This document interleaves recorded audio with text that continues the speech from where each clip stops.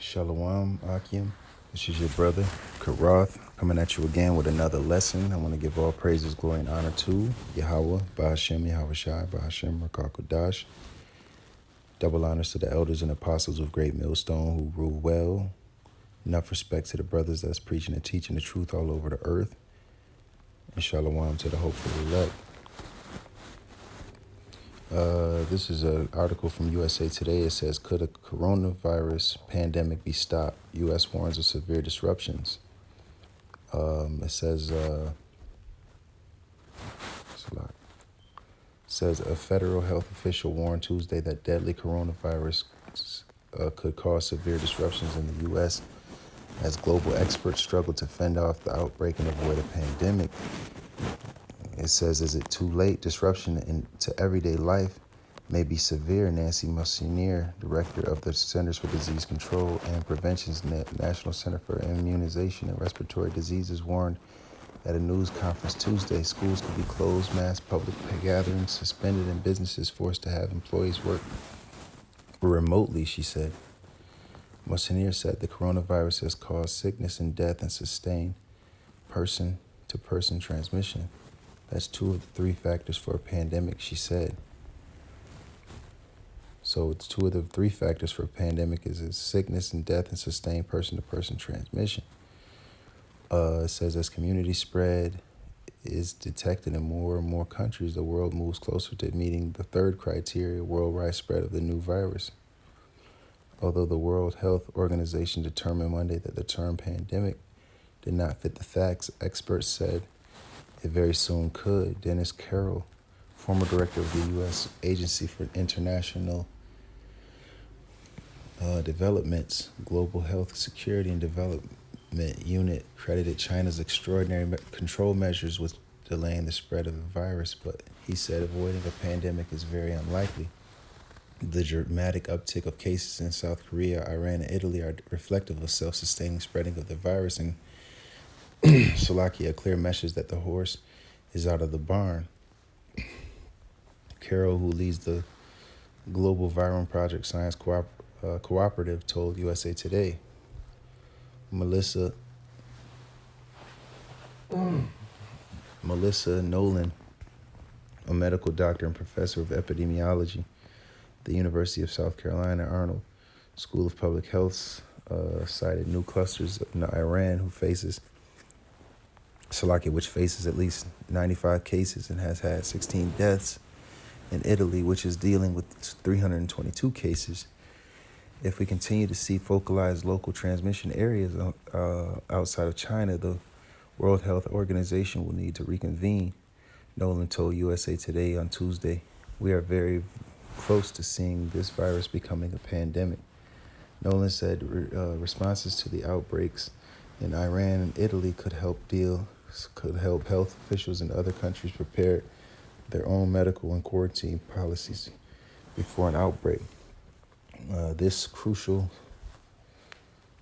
that is crucial, Slovakia said Robert Glatter, an emergency physician at New York's Lenox Hill Hospital, who fears the world isn't on the cusp of a pandemic. Trying to contain a disease which spreads like influenza, in this case COVID-19, is almost impossible, he said. We are talking about rapid fire and sustained transmission. The global death toll from coronavirus rose to 2,762 on Tuesday night, with more than 81,000 confirmed cases. That means redirecting the focus from containment measuring to preparing for treatment of big numbers of sick patients with antivirals while continuing the effort to develop an effective vaccine, he said. An economic pandemic, the coronavirus becomes a bigger economic threat. Beyond an epidemic, which involves a defined region, a pandemic has global impact. It can be a moving target. There is no threshold such as number of deaths or infections. The World Health Organization, which can make pandemic declarations, describes a pandemic as an epidemic occurring worldwide or over a very wide area crossing international boundaries, usually affecting a large number of people. World Health Organization Director General Tedros Adhanom Ghebreyesus does not want to go there. I have spoken consistently about the need for facts, not fear. Tedros said using the word pandemic now does not fit the facts, but it may certainly cause fear. And they always try to, downplay it, man. But this thing is definitely gonna get out of control. It's gonna reach a point where these people, they can't even contain it, because the Most High, if he's purposing for this thing to become a pandemic or an epidemic, then it definitely will. And I just want to grab some scriptures, man. But I know that this thing, they're saying that it could possibly spread into the U.S. and this thing can spread all over the world, actually. All right. So let me just grab a few scripts. This is 2nd Ezra 15:49. I will send plagues upon thee, widowhood, poverty, famine, sword, and pestilence to waste thy houses with destruction and death. This stuff is coming from the Most High. It says, for nation shall rise against nation and kingdom against kingdom, and there shall be famines and pestilences and earthquakes in diverse places. That's right. We're seeing that.